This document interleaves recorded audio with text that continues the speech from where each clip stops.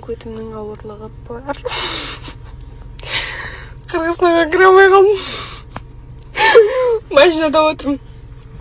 Паспортымды енді салдыру жерді индірайын. Примерно бір 2,5 сағатта келеді деп отыр енді. Сол. Позор, я. Құрсын. Саған комик болып жүрген таза киномын ғой. В общем, енді Алмира ханым мен күйеуім кетті Қырғызстанға, енді бара берсін дедім. Ешқандай ренжитін нәрсе емес ол. Мен қалдым осында, қазір неде отырмын, постта отырмын.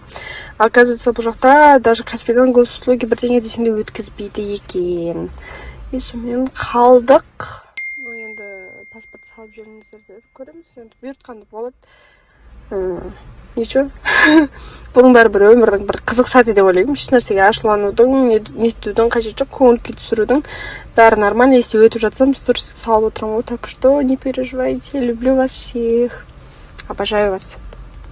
Ал достар, қыздарыңыз деген өтті Қырғызстаннан, наконец. Саған 4 сағат машинада отырып, кішкене қалған шығар, жынды болып кетсін дедім ғой. Мен Қырғызстанға кіргеннен кейін осындай әдемі айбат қызмен күтіп алғанда осы кісі интернетін қосып беріп, а так мен хамон таба алмас едім. Осы қызмен туалетке барып келді. В общем, сол енді ары қарай күйеуім күтіп отырмын. Ничего, тойды жауып кетем өзім. Той бітіп қалды ғой, нақ сандалып баратсың дейтіндерге айтарым. Тойды жауып кетем мен өзім. Уайымдамаңыз.